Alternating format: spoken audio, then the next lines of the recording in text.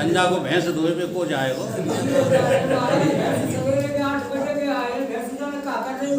आप जरा देखो, आपके मुंह से ही, जरा ध्यान देना, आपके मुंह से ही आपके मद को मैंने उगलवा लिया। ये कला होती है।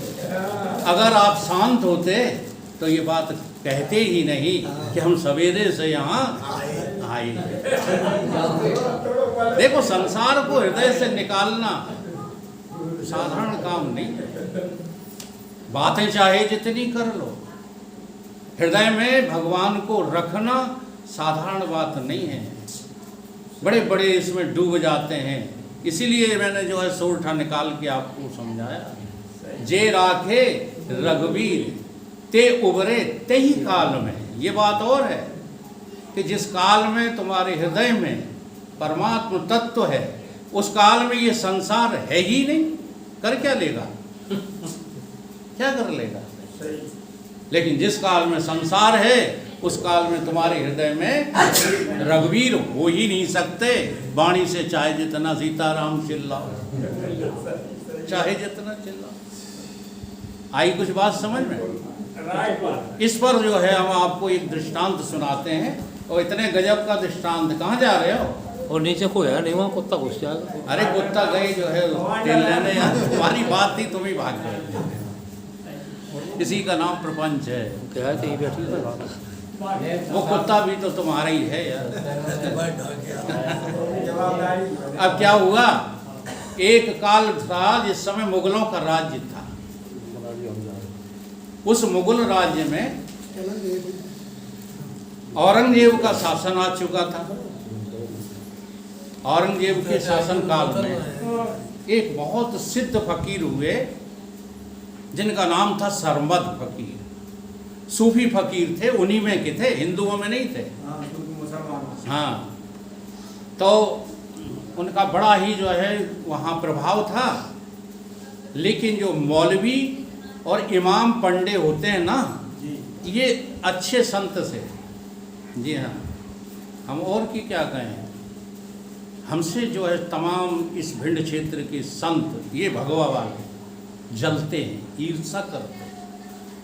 जी हाँ, उस ईर्षा का प्रमाण तुरंत मिल जाता है।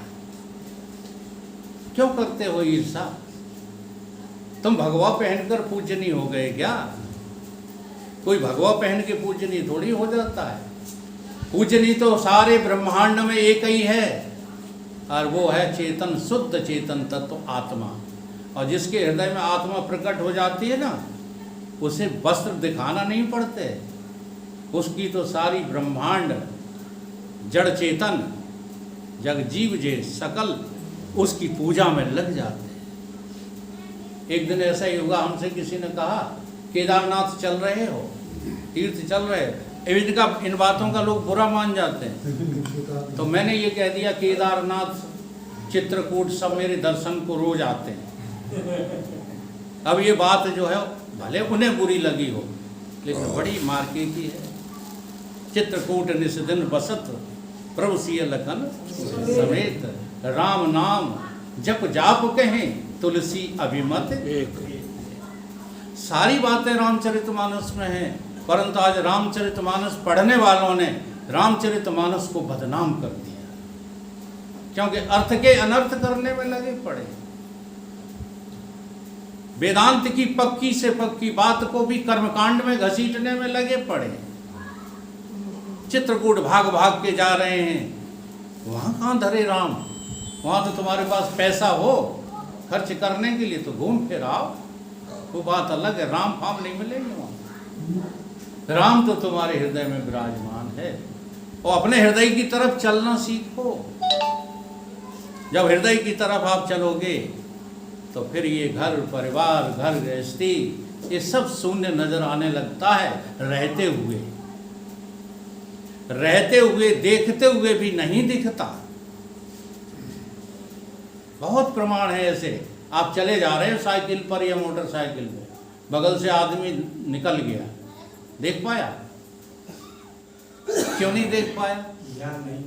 ध्यान नहीं है सीधी बात है। तो आपका ध्यान संसार में है तो आपको संसार दिखेगा ही दिखेगा, और आपका ध्यान यदि परमात्मा में है तो संसार का दिखना बंद।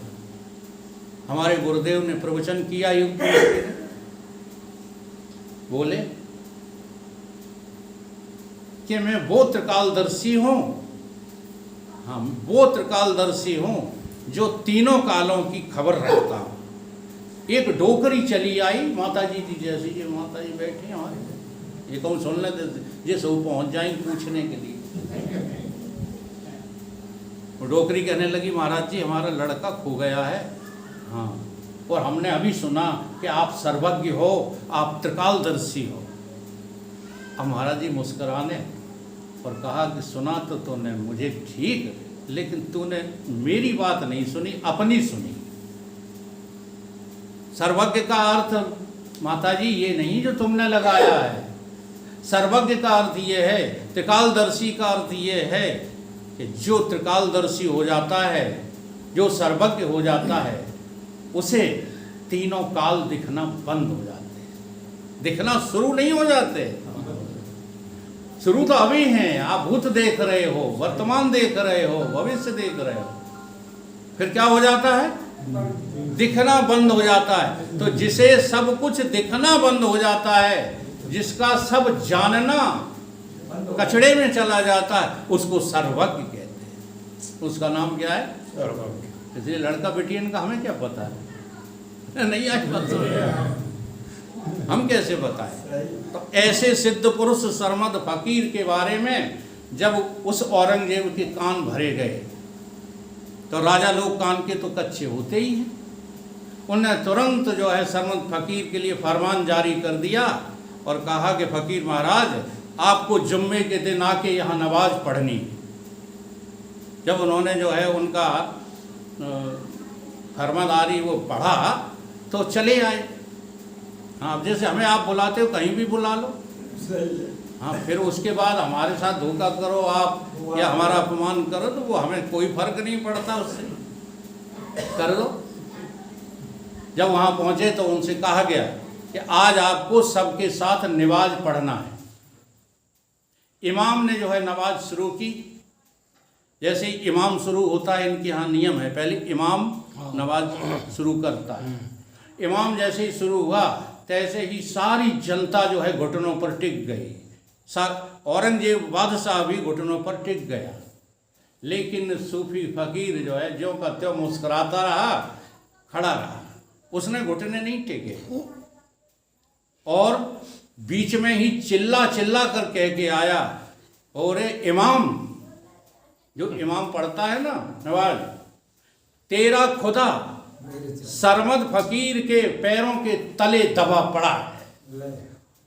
और जब ये बात कही तो मुसलमानों के इस्लामियत में आग लग गई और सरमद फकीर चले गए कह करके। औरंगजेब ने तुरंत जो है आज्ञा निकाल दी, दूसरा फरमान निकाल दिया, सरमद फकीर को पकड़ करके इनका जो है धड़ से सर कलम कर दिया जाए।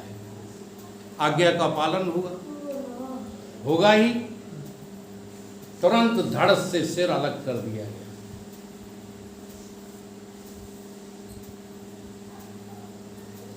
अब जब वो धड़ से सिर अलग हुआ तो किसी साधारण आदमी का तो था ही नहीं।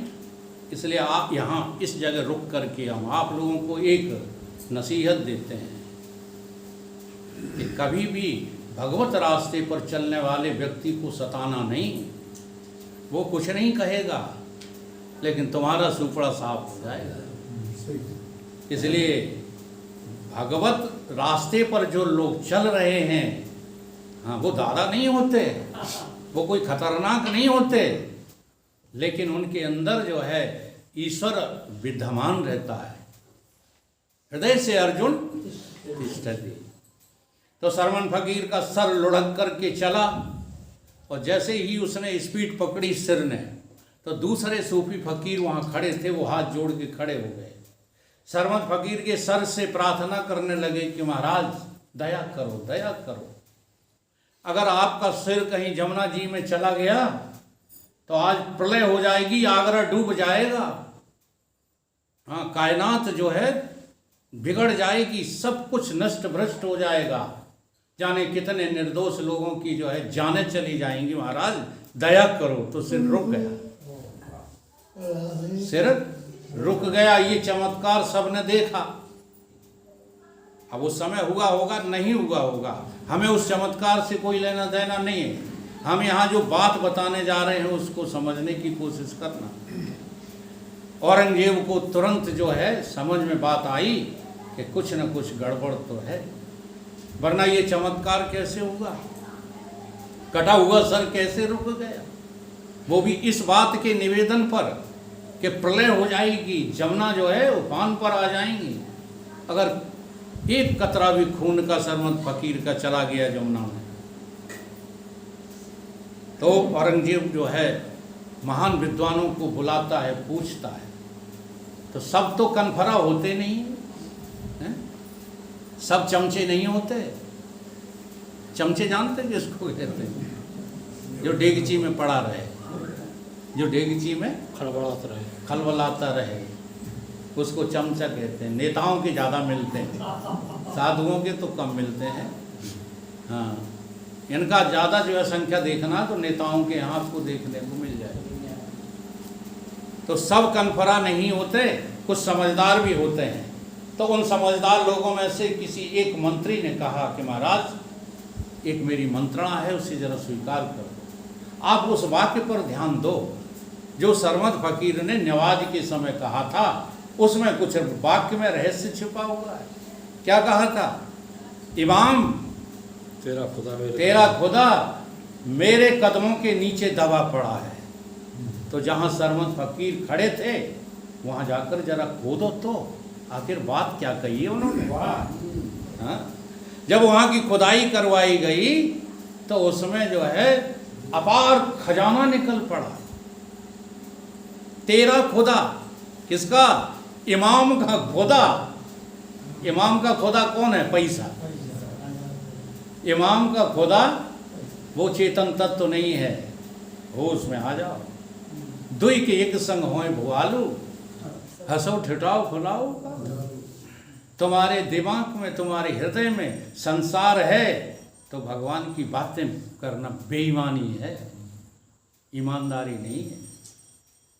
खुदाया गया तो उसमें जब निकला जो है बहुत बड़ा खजाना, तो इमाम से जो है औरंगजेब पूछने लगा, इमाम तुम बताओ नमाज पढ़ते समय तुम्हारे दिमाग में क्या था?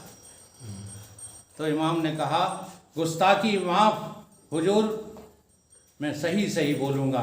मेरी लड़की की शादी होने वाली है और मेरे पास कुछ भी नहीं है। मैं बादशाह का इमाम हूँ, छोटा मोटा तो हूँ नहीं कि चाहे ना बच्ची को डालाएं जा करके। इसलिए मेरे दिमाग में था कि मुझे कहीं से खजाना मिल जाए, मुझे कहीं से धन मिल जाए तो मेरी बच्ची का विवाह संपन्न हो जाए। इसलिए मैं नमाज पढ़ते समय भी खुदा को याद नहीं कर रहा था, खजाने को याद कर रहा था। और वही बात सरमद फकीर को पता नहीं कैसे पता लग गई। महाराज वही खजाना हुए वहाँ निकला है। बात कुछ समझ में आई सिद्धि की? जी हाँ, सिद्ध पुरुष जो होते हैं, हाँ, वो चमत्कार नहीं दिखलाते, उनकी वाणी में चमत्कार होता है। इसलिए कभी भी सिद्ध पुरुषों की बात पर अविश्वास नहीं करना चाहिए। और जो सिद्ध पुरुषों की, संतों की, भेषधारियों की बात मैं नहीं कर रहा हूँ, बाबा भले बुरा लगे। हाँ, भेषधारियों की हम पदवी संत की नहीं देते हैं। संत आप लोग हो सकते हैं, ठीक है। सतीत्व तो इन लोगों में, माताओं में, किसी में भी जग सकता है। सतीत्व का अर्थ भी ये नहीं होता, माताओं सुन लो, कि आग में जाके कूद पड़ो, ये सतीत्व तो नहीं है। सत्य तत्व को अपने हृदय में उतार लेना, जैसा मीरा ने उतारा था, अनुसुईया ने उतारा था। क्या कहती है मीरा? ऐसे बर को का बरूं जो जन्मत और मर जात, ऐसे बर को बरूंगी जिससे चुड़ला हमर हो जात। उस सत्य तत्व को अपने हृदय में जो उतार लेती है वो है सती, जो उतार लेता है वो है यति। इसलिए यति और सती कोई दो नहीं होते, एक ही जो है, एक ही तत्व का नाम सती है, एक ही तत्व का नाम यति है। भेष अलग अलग होते हैं और इस भेष में हमें फंसना नहीं चाहिए। ऐसे संतों से, ऐसे सिद्ध पुरुषों से, ऐसे समझदार लोगों से आज हम ईर्ष्या करने लगे हैं, आज हम द्वेष रखते हैं। इसीलिए तो बड़े बड़े जो है धार्मिक वो प्रकल्प बनते चले जा रहे हैं और समाज बिगड़ता चला जा रहा है, क्योंकि सत्य से हमें नफरत हो गई। आज आप हमें किसी मंच पर बिठाना चाहो, कोई स्वीकार नहीं करेगा, न गायत्री मंच स्वीकार करेगा, न ब्रह्म कुमारी स्वीकार करेंगी, न कोई पंडित भागवत वाला स्वीकार करेगा। और जहाँ हम पहुँच गए हैं तहाँ पंडित ने कान पकड़ लिए, दोबारा इनको आना नहीं चाहिए। एक बार प्रमोद जी के साथ पाणरी गए, हाँ, ये कहें कि तुम्हें भागवत मंच से बोलना है, और पंडित ने मना करवा दिया। सब रामायणी रूठ गए। हाँ, सत्य में वो ताकत होती है जो असत्य पर चलने वालों को रुठा देते हैं। ठीक है, तो वो कुछ लोग नहीं है। ये पद जब लिखा गया था महाराज जी के किसी संत के द्वारा, तब कुछ लोग शब्द इस्तेमाल किया गया है, तो मैं भी पद वाला ही शब्द कहूँगा। लेकिन आज हमें दिख रहा है कुछ नहीं है, सब है, बहुत है। कुछ लोग जहाँ में औरों की उन्नति पर जलते देखे हैं, कुछ लोग जहाँ में औरों की उन्नति पर जलते देखे हैं। ऐसे महामूढ़ पुरुष हमने अपने करमलते देखे हैं। ऐसे महामूढ़ पुरुष हमने अपने करमलते देखे हैं। तुम जो है सत्य पुरुषों से जलना बंद करो। समझ में आ रही? सज्जन पुरुषों से जलना बंद करो, तो दुर्जन पुरुषों के प्रति जलन तुम्हारी अपने आप खत्म हो जाएगी। तुम अगर किसी संत से नहीं जलोगे तो नेता पिताओं से जलना तुम्हारे हृदय में सवाल ही पैदा नहीं होता। तुम सबसे पहले जलते हो तो संत से। हम तो खुली बात कहते हैं, तुम्हारा विरोध है तो शास्त्रों से, तुम लड़ते रहते हो तो अपने गुरुओं से विरोध रखते हो और भलाई चाहते हो अपनी, कैसे हो जाएगी? अपने को ज्ञानी समझ करके तुम गुरु की बातों को खंडन करते फिरते हो, कैसे तुम्हारा भला हो जाएगा? इसलिए कुछ लोग जहाँ में औरों की उन्नति पर जलते देखे हैं। कुछ लोग जहाँ में औरों की उन्नति पर जलते देखे हैं। ऐसे महामूढ़ पुरुष हमने अपने करमलते देखे हैं। ऐसे महामूढ़ पुरुष हमने अपने करमलते देखे हैं। जो कहते थे बस मैं ही मैं, जो कहते थे बस मैं ही मैं, अब मेरे अलावा कोई नहीं, अब मेरे अलावा कोई नहीं। उनके भी अरमा बादल की, उनके भी अरमा बादल की, छाया समुटलते देखे हैं। छाया समुटलते देखे हैं। कुछ लोग जहाँ में औरों की, कुछ लोग जहाँ में औरों की उन्नति पर जलते देखे हैं। उन्नति पर जलते देखे हैं। कुछ लोग जहाँ में औरों की, कुछ लोग जहाँ में औरों की उन्नति पर जलते देखे हैं। उन्नति पर जलते देखे हैं। जो जो धन धरती के अधिकारी, जो धन धरती के अधिकारी, दीनों को सता के बन बैठे, दीनों को सता के बन बैठे। अच्छा एक बात बताओ, जब आपके पास धन बढ़ेगा तो किसी का घटेगा कि नहीं? बोलो। जैसे हम अपना ही उदाहरण लेते हैं, दूसरे का क्यों लें? वकील के पास धन बढ़ता है तो घटता किसके पास है? क्लाइंट का। हाँ? एक गांव की कहानी नामक हमने फिल्म देखी थी, एक गांव की कहानी। उस फिल्म में ये दिखाया गया था कि एक वकील जिसके पास जो है एक लोटा भी बर्तन का नहीं था घर में, वो धीरे धीरे धीरे धीरे करोड़पति बन गया। और उस गांव के दो लड़ाकू, आप जैसे बोलो सड़क पे भी लड़ रहे हो, उन्हें सत्संग सुनवाओ जिससे उनकी बुद्धि आए कि मात्र सड़क के पीछे काहे को लड़ रहे हो। ये सड़क जो होती है ना, मैं बता दूं आपको, अगर आपके घर में से भी किसी का रास्ता जा रहा है तो रोकना कभी मत, अपनी भलाई चाह दो। जी हाँ, जैसे आपके घर में कोई गैलरी है, उधर से रास्ता आने जाने का बन गया है, अब बन गया है, तुम जो है अभिमान में आके उसे रोक दो तो बेचारे कहेंगे कुछ नहीं, तुम्हारा घर है, रोकने का अधिकार है। लेकिन ईश्वर के यहाँ ये अंकित हो जाता है, बर्बाद हो जाओगे। समझ में आ रही है बात कि नहीं?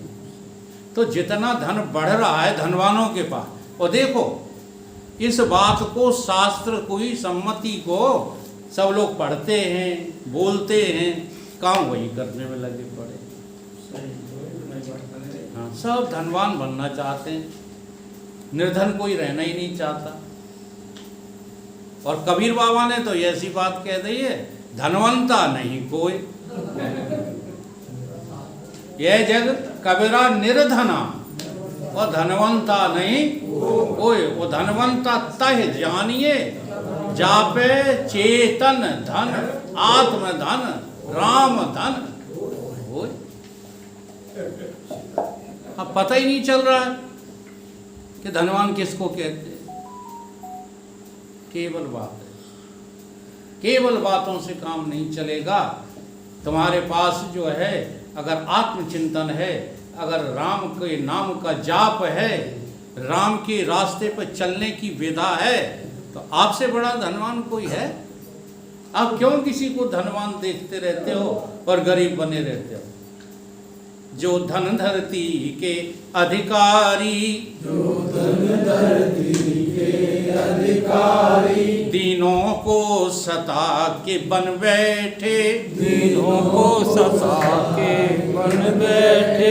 और वक्त का फेरा पड़ते ही, वक्त का फेरा पड़ते ही, टुकड़ों पर पलते देखे हैं, टुकड़ों पर पलते देखे हैं। कुछ लोग जहां में औरों की, कुछ लोग जहां में औरों की, उन्नति पर जलते देखे हैं, उन्नति पर जलते देखे हैं। ऐसे महामूढ़ पुरुष हमने, ऐसे महामूढ़ पुरुष हमने, अपने कर्मलते देखे हैं, अपने कर्मलते देखे हैं। जो यान बिना अपने दर से, जो आन बिना अपने दर से, कभी बाहर पैर न रखते थे, कभी बाहर पैर न रखते थे। उनमें से एक उदाहरण में बैठा हुआ, सच्ची बोल रहा हूँ। जवानी में हम सब्जी लेने भी मोटरसाइकिल से जाते थे। फिर एक समय वो आया, जी हाँ, कि मुझे 3 वर्ष जंगलों की खाक छाकना पड़ी, पैदल भज भज के, पैदल भज भज के। किसी बात का अभिमान मत करो, ये सब साधन होते हैं, ये सिद्धियां नहीं होती। किसी को जो है कार मिल गई तो कार के घमंड में घूमा फिरता रहता, किसी को कुछ चीज मिल गई उसके अभिमान में घुमा फिरता, परमात्मा का रास्ता छोड़ देता है। परमात्मा का रास्ता मिल जाए तो ये सब चीजें तुच्छ हैं। जो यान बिना अपने दर से, बिना अपने दर से कभी बाहर पैर न रखते थे, कभी बाहर पैर न रखते थे। ऐसे भी साधन युक्त पुरुष, ऐसे भी साधन युक्त पुरुष हम पैदल चलते देखे हैं। हम पैदल चलते देखे हैं। कुछ लोग जहाँ में औरों की, कुछ लोग जहाँ में औरों की उन्नति पर जलते देखे हैं। उन्नति पर जलते देखे हैं। जिनको निज सुंदरताई का, जिनको निज सुंदरताई का अभिमान था दुनिया से ज्यादा, अभिमान था दुनिया से ज्यादा। आप सभी लोग जब बिना दाढ़ी मूछ के थे तब आईना देखते होगे। जब आपके जमी नहीं थी दाढ़ी मूछ तब की बात कर रहा हूँ, ये बना बनू के नहीं देखते थे। कैसे प्यारे प्रीतम लगते थे। आज क्या दशा हो गई उसी शकल की। जिनको निज सुंदरताई का, जिनको निज सुंदरताई का अभिमान था दुनिया से ज्यादा, अभिमान था दुनिया से ज्यादा। हाँ, अब मैं देखता हूँ कभी नेट पर कभी कभी आ जाता है सामने चेहरा धर्मेंद्र का। कितना सुंदर जो है अभिनय करता था। देवानंद का अब जब देखता हूँ तो खाल भी उनके शरीर पे दिखाई नहीं देती। तो जने कहाँ चली गई सुंदरता।